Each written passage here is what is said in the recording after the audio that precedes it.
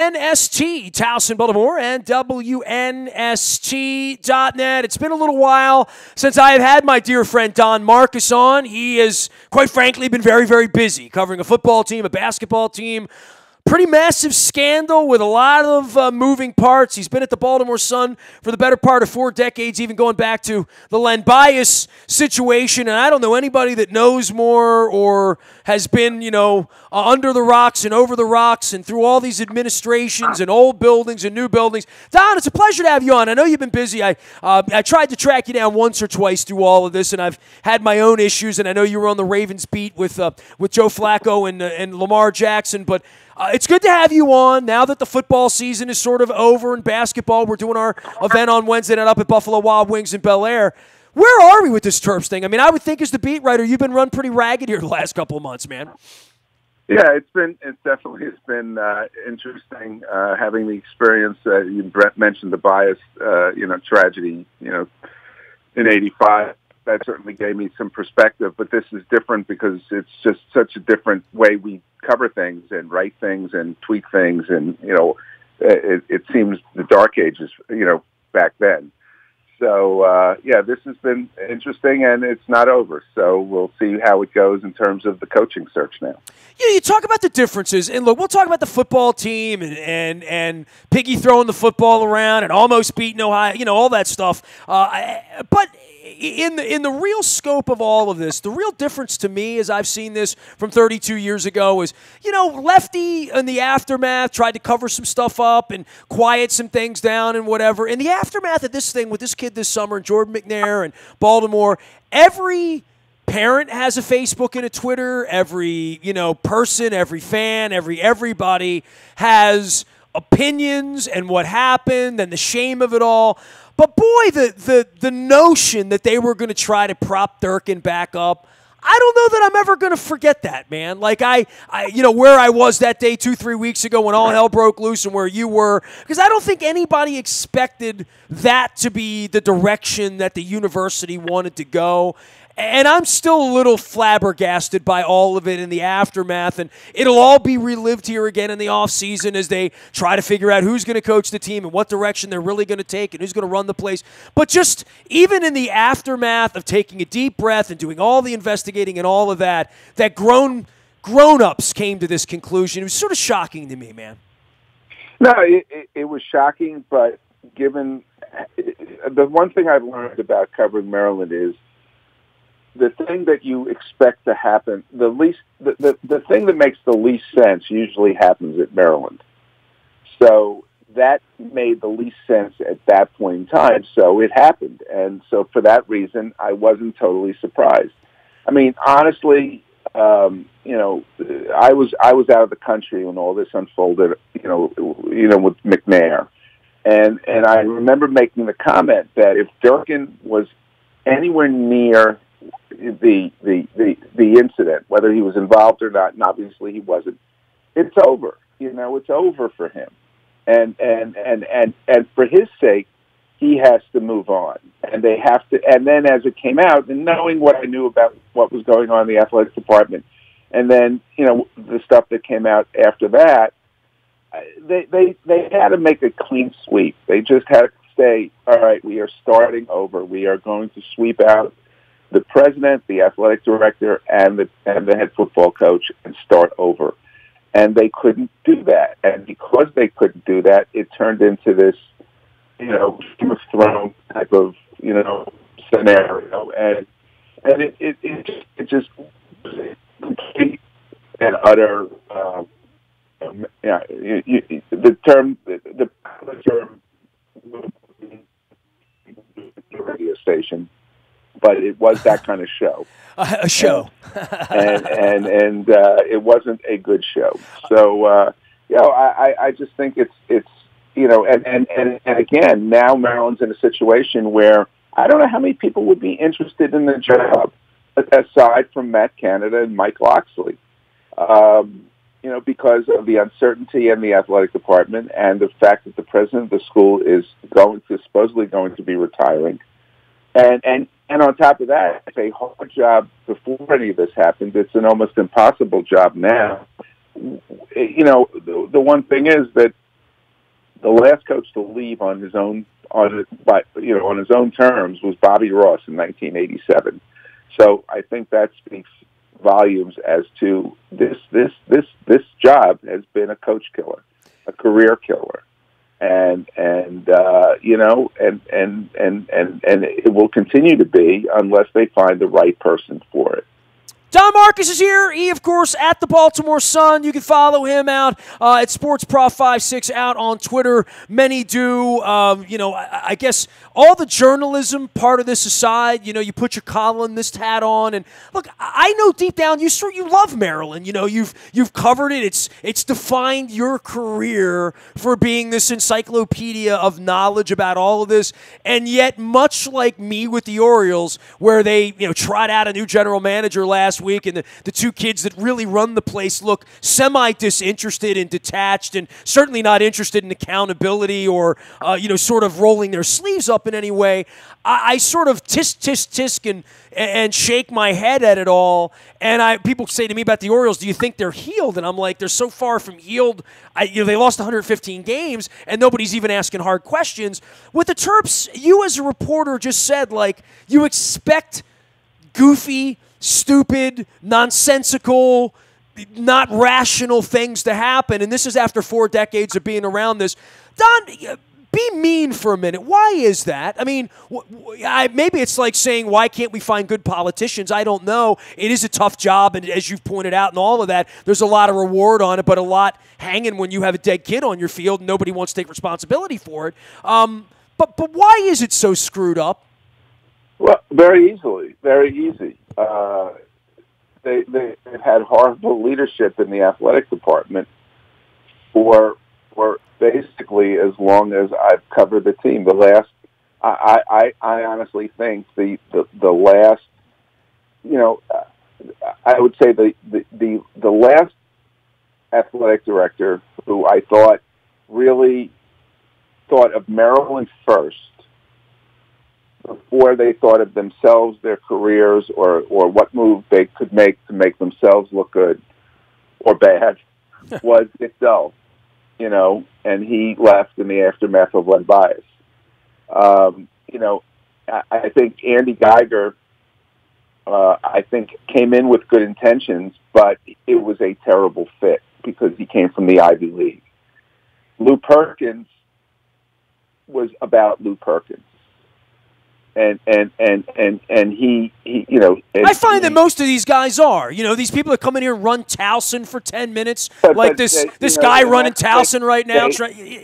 They're here trying to get the next gig. I mean that. Right, and that's the problem. And that's the problem at a place like Maryland right now is they need somebody who cares about Maryland, and they need somebody who has ties to Maryland and is not just looking for that next gig.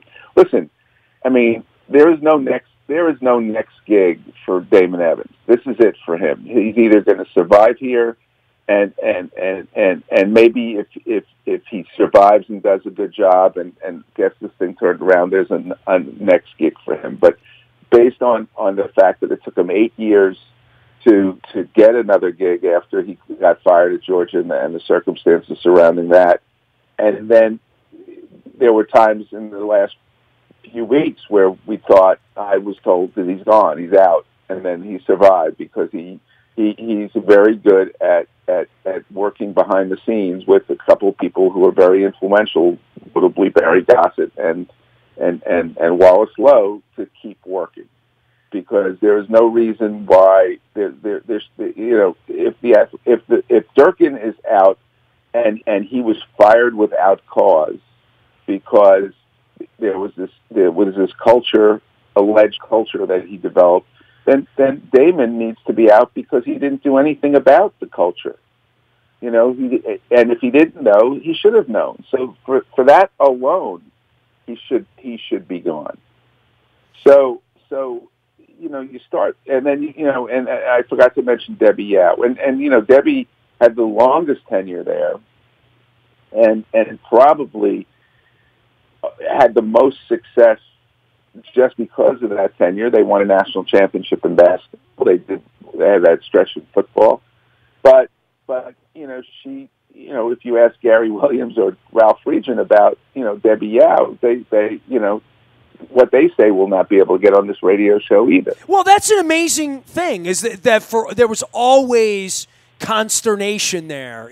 It's never been in lockstep ever, right? Like and I don't think Gary ever felt that way, or Fridge, when they were sort of locked at the hip and all the money was being spent, right? We're gonna remodel Bird Stadium. We're gonna build this new building. We're gonna get into the Big Ten. We're gonna be a money machine. We're gonna get Kevin Plank's money, and we're gonna do all of that. And I'm doing an event on Wednesday night up at Buffalo Wild Wings in Bel Air, and it's interesting. This whole ACC thing comes back for 5 minutes, and we talk about it. And the basketball team, I think, will be at least interesting this year. I mean, enough to make us want to watch and be zoned in on it in February and March for their possibilities.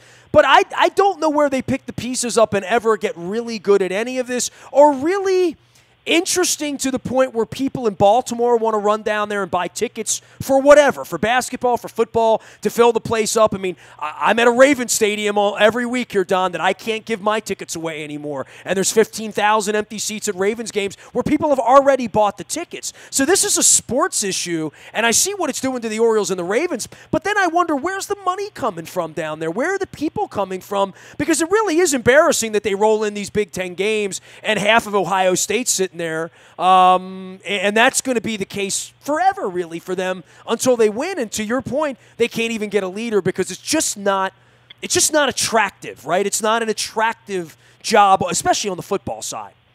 No, the football side. When DJ Durkin came in and I went back on the beat, I said to him, I know you don't want to hear this. I said, but you're between two rabid fan bases, and you have to hope one of them sucks every year, and usually one of them does. I said, and if you go 8-4 every year and go to a bowl game, you'll be a god. And he said, no, I don't want to hear it.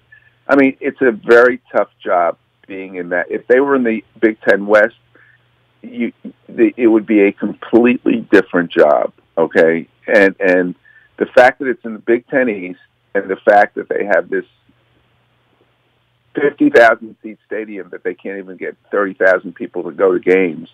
The fan base, there's no fan base. I mean, people talk about, if they hire this person or that person, they'll upset the fan base. What fan base? There's no fan base in Maryland. There's not even a fan base in basketball right now. Well, this is where I get onto the baseball side, and they say, "Well, we're going to bring in these nerds, and they're going to bring in 19-year-old kids, and we're going to bring them up from the farm." And I'm like, once they get here, who's going to be left to go watch them play? Like, at some point you have to be developing a fan base, and this whole part of the Maryland thing, and, I started to write a blog, and I never finished it, just about how pissed I was, and I got into a conversation, I think, with Mike Ashley, and I kind of went off the deep edge, because I've been sitting here watching this for 50 years, Don, and so have you, and if they're not going to get people like me interested, you know what I mean? A lifer, sports zealot with half a closet of Terps turtle hats and shirts and basketball and football, and I'm doing viewing parties in Bel Air for them at Buffalo Wild Wings, and we're going to go up rah, rah, rah and shish boom ba.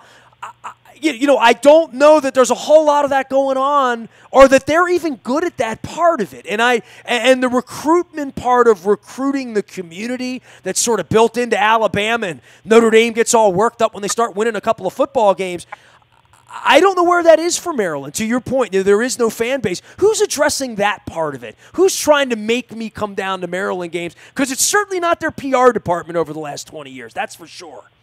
Well, and that's, it's marketing, it's PR, it's a lot of things, but you have to have a product that people listen. When Ralph Friedgen had it going in football for those 3, 4, 5 years, the stadium was filled. I was a season ticket holder. Last time I've ever been a season ticket holder for anything, because my kids were younger and they wanted to go to games, and I wasn't covering Maryland back then. I was covering national colleges, and I didn't have to go to games every week. But you literally thought enough of them to be a fan. You thought enough to write a check. You thought enough to participate. Right? It was a lot of fun to do it, but they, then what they've done there, a lot of it is they kept asking for more money. That was the big thing. They kept asking for more money, and they priced people out of wanting to be involved. And so people who had 8 season tickets for 20 years all of a sudden were being asked to, and maybe the seats were better than they should have been based on their donation, but they bought these 8 season tickets every year. All of a sudden they're asking, well, if you want those seats, we need another $10,000. But if not, we can put you, we can put you behind the goalpost, or we can put you in the corner of the stadium. Well, that was a big problem with Cole, right? And they said, and most of them said no, and they cut back, and they finally gave up all their tickets, and that's why you see, it's embarrassing. That's also, if you're a college football player, why would you want to come to Maryland to play in that atmosphere? Why would you ever want to think about, if you thought about, unless that was the only place you had to go to, what is it about play at Maryland Stadium that is at all attractive? I mean, it was funny because on Saturday up at Penn State, there were only about 45,000 in a 100,000 seat stadium, and it's sort of, I said, oh, Maryland's not going to be intimidated. They're going to feel at home. Same as when they played at Indiana. Because Indiana has the same problem Maryland does, maybe even worse in terms of football. So I think it's a very tough job. And honestly, if Mike Loxley, if this is his dream job, and he has great ties to the community, and he's done a very good job as the offensive coordinator at Alabama, I would try to see if he could bring Jalen Hurts with him just to make it interesting. But I just think that's probably the best option they have. I think Matt Canada did a great job this year under the circumstances, but in terms of anything more than for this season, unless he somehow figures out a way to get the recruiting back up, and I don't know if he can do that. I think in this day and age, you have to have the lead guy being the face of the program in terms of recruiting, no matter how many good recruiters you have, and that's why Durkin was such a good recruiter, because he had good guys with him, but he was out there recruiting all the time, and he was a great recruiter to begin with. Matt Canada has never been any place long enough to have any kind of track record as a recruiter. So, I just think it comes down. It really comes down.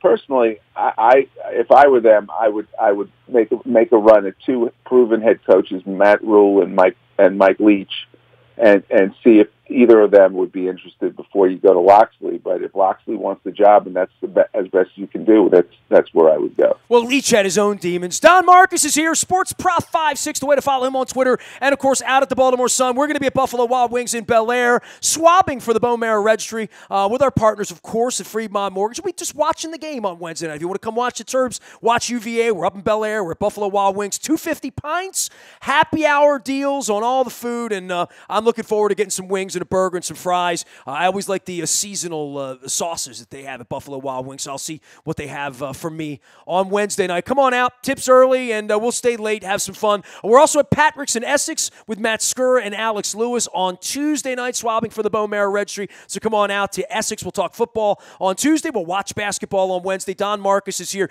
Don, just let me ask you this on the football side, because I don't want to get too much into X's and O's now that it's over with, but they didn't really do a bad job on the field, right? Like, let's take all the rest of the noise out of this.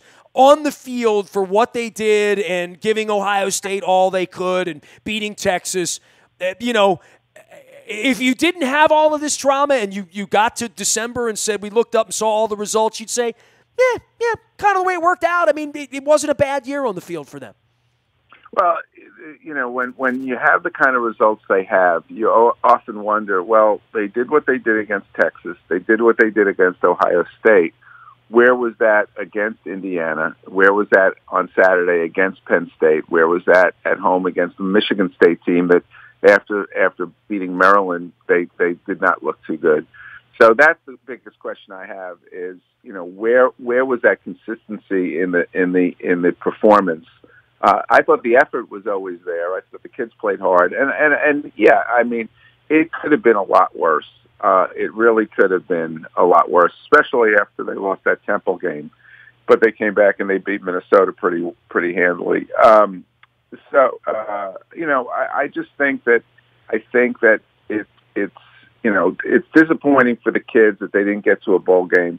But in reality, it may be better that they didn't, because now they could, if they take advantage of the fact that they're done, and they can get a hire made quickly. For their sake, they need somebody on campus as soon as possible to start recruiting, to start salvaging something out of the recruiting class, which right now is ranked 87th, right above Harvard. I think that's what that would help.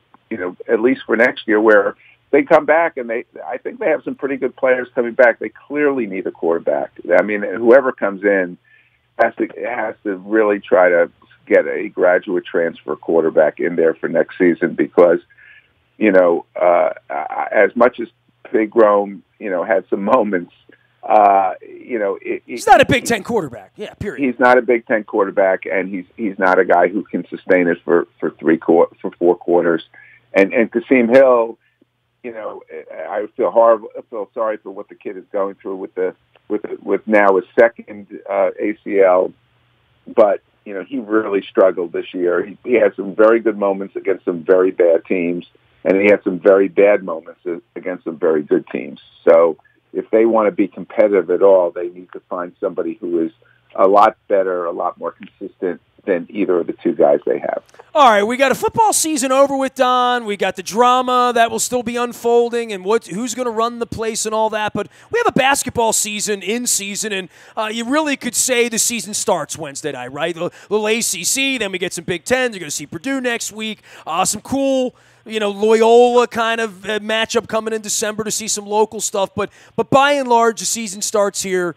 Give me a little primer on the basketball team, because I've been in and out of it. When they've been on television, I've watched. I follow you on Twitter, as you know. It hasn't been beautiful through all of this, but the season's on now, and I don't know that they're going to beat Virginia on Wednesday night. I mean, that would be a tall task if UMBC found a way to do it 6 months ago. But I think they're going to be competitive, and I think this is an interesting year. I like Big Ten basketball. I'm more interested in it than I thought I would have been 5 years ago, Don. Well, and this year the Big Ten has actually started very well. Some teams like Iowa, which has been they've been down the last few years. They've had some nice wins. Wisconsin has had some nice wins. Maryland really, I guess you can say they had a big win, Friday night because of the score and how impressive. I was not there. In fact, I was doing a Friday Thanksgiving, and I texted their PR guys asking how much money it would take, how much money Turgeon would want to pay me to keep me away, because that was clearly the best they played all year. I haven't got an answer yet. Maybe by Tuesday night, on Wednesday night, I'll get an offer. But no, I think, as you said, the season starts for them Wednesday night, and I don't expect them to beat Virginia, but I do expect them to be competitive, because they have some people who I think are going to give Virginia a lot of problems, namely Bruno Fernando on the inside, and the combination of Bruno and Sticks and Jalen Smith on the inside is something Mark has never had, and he also has a quality backup point guard, which he hasn't had. So those two things alone should make it interesting. And Anthony Cowan had a great game on Friday night. He's proven to be a very good Big Ten player, third team All Big Ten last year. And, so I think there's a lot of things that could make it a very interesting winter in College Park for the basketball team. But I think the Big Ten is going to be better than I thought. So, initially I was thinking Maryland is better than I thought. So I thought they could surprise some people. Now that I think the Big Ten is better than I think, it's going to be a hard season for Maryland, but I think they have the talent to have a good year. Always a pleasure to see you and catch up with you. I know you've been busy, and I tried to track you down in October, and we misconnected, and I had a bye week going on, but I'm glad we waited until now because the beginning of the basketball season, I'm excited about it. I know we'll see you down at College Park here and again as well, and I know it's going to be something covering the football aftermath. And when do you expect some things to go down football-wise? That's kind of crazy to say, but this is a different kind of an arc with no bowl game. When will news be happening as you figure it out? I have no idea. I have no feel for the situation, partly because I do not have quite a. I've pissed off enough people at Maryland the last couple of months. Good. That means you're doing your job. You're telling the truth. It always pisses them off. I don't exactly have a direct pipeline into Damon Evans's office these days. So, you know what? Whenever they get around to it's fine. I think honestly, I sort of have I have the same feeling that a lot of Maryland fans do. It's basically. You talked about, love for Maryland. I don't think I've had that same, I'm too much of a journalist to have a rooting interest. I root for the story. Yes. If I've gotten friendly with kids, and some parents who I want to see do well. But in this case, you know what? I'm just so, I've gotten worn down the last few months just by so many different lies that have been put out there, so many different stories that have been put out there. Whatever happens. That's fine. I'm just glad the football season. I said last week going in, I said for their sake, I hope they win. For my sake, I hope they lose, because I need to move on to cover one sport as opposed to three.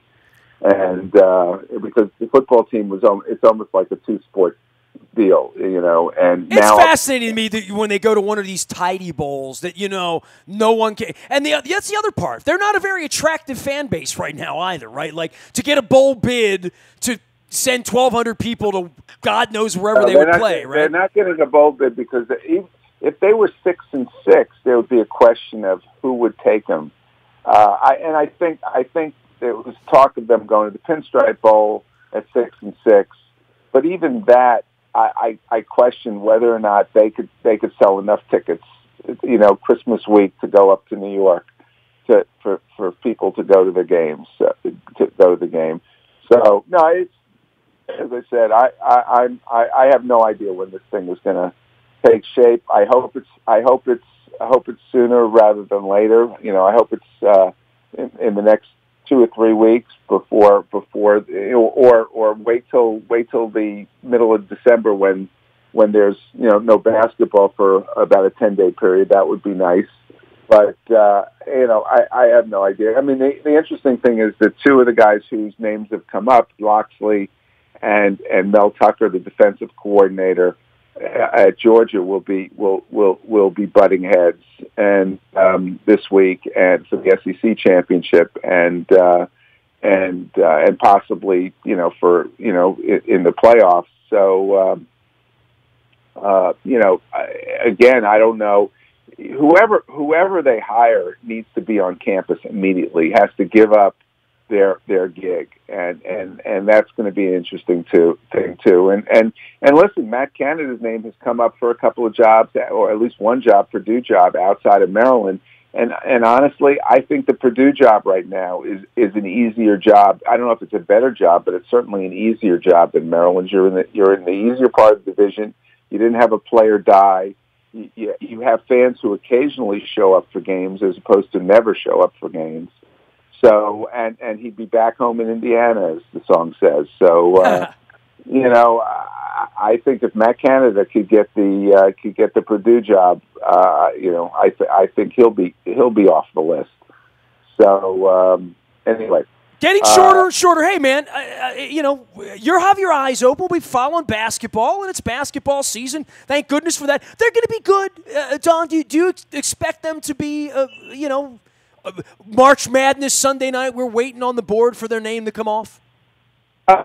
They have too much. If they don't, then I'll be doing another coaching search. And if they have another year of underachieving, which I don't think is possible this year, I think the chemistry is good. I think the talent is there. I think Turgeon is fired up again, and I think they will be they will be a team.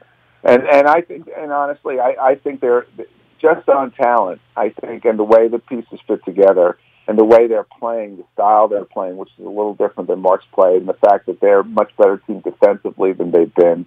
I think they're going to be, they're going to finish in the top 5 in the Big Ten, and I think they'll be anywhere from a 6 to 8 seed in the tournament. Nice. Well, I like the way you're thinking. It gets me a little fired up for March. Don, take care of yourself. I know you've been working hard. Appreciate the time, as always. We'll send everybody out to the Baltimore Sun to follow you, as well as Sports Prof 56 out on Twitter. Our dear friend Don Markus. Hit him straight. We'll see you Wednesday night, all right? Take care. Thanks. We'll be up at the Buffalo Wild Wings in Bel Air, swabbing for the Bone Marrow Registry, watching the Terps take on UVA. That's Wednesday night. Alex Lewis and Matt Skura in Essex at Pat Rick's on Tuesday night. And Luke will be out at Owings Mills all week long, keeping you up on everything that the Ravens are doing. I'll be in Atlanta this weekend. You can find me out in the buyatoyota.com audio vault 24 hours a day from anywhere in the world on your mobile device by downloading the TuneIn Radio app. We do come in crystal clear from anywhere in the world. I am Nestor. We are WNST.net, AM 1570 at WNST Towson, Baltimore, and we never stop talking Baltimore sports.